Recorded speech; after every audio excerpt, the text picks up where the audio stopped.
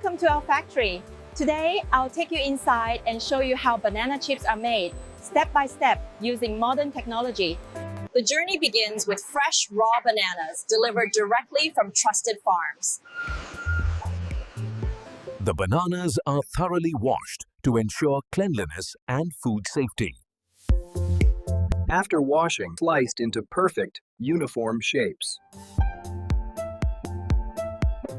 Advanced systems monitor every step to maintain consistent quality.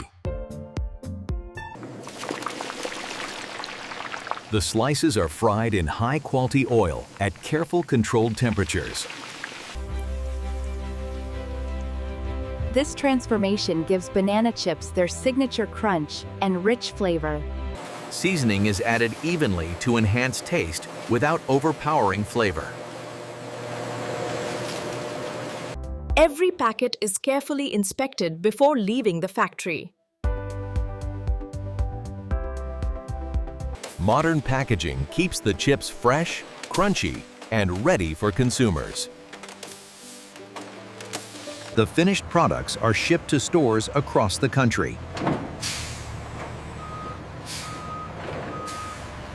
And that's how banana chips are made.